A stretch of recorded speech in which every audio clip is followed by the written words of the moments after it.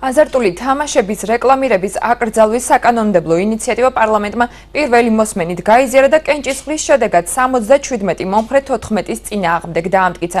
კანონში შესულ ცვლილებებს საიას იურისტი მაია ქათამაძე განმარტავს. მისი თქმით, ცვლილება ლატარეების, აზარტული და მომგებიანი თამაშის მოწყობის შესახებ, რეკლამის შესახებ და მაუწყებლის შესახებ კანონებში შედის, რომლის გათვალისწინებით სატელევიზიო სივრცეში საზოგადოებრივ ტრანსპორტსა თუ საზოგადოებრივი თავშეყრის ადგილებში აზარტული თამაშების რეკლამირება იგრძალება. სასტუმრო შერატონში არსებული კაზინო მშვიდობის მენეჯერი აღნიშნულ ცვლილებას ეხმაურება. ის აცხადებს, რომ მომხმარებელთა დიდი ნაწილი იმ ქვეყნებიდან არიან შემოსულნი, რომლებშიც აზარტული თამაშები კანონით იგრძალება. სწორედ ამიტომ სამორინე საინფორმაციო აბრებს სარფის საზღვართან, ბათუმის აეროპორტის გზატკეცილთან და მსგავს სტრატეგიულ ტერიტორიებზე ათავსებს.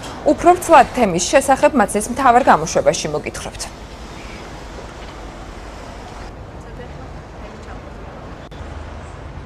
ლატარიების, აზარტული და მომგებიანი თამაშების მოწყობის შესახებ საქართველოს კანონში იგეგმება ცვლილებების შეტანა, კერძოდ ამ კანონის 35 მუხლს ემატება მესამე პუნქტი, რითიც ნებისმიერი აზარტული თამაშის რეკლამირება სამაუწყებლო ან სხვა ნებისმიერი გზით იქნება აკრძალული, გარდა წამახალისებელი გათამაშებისა.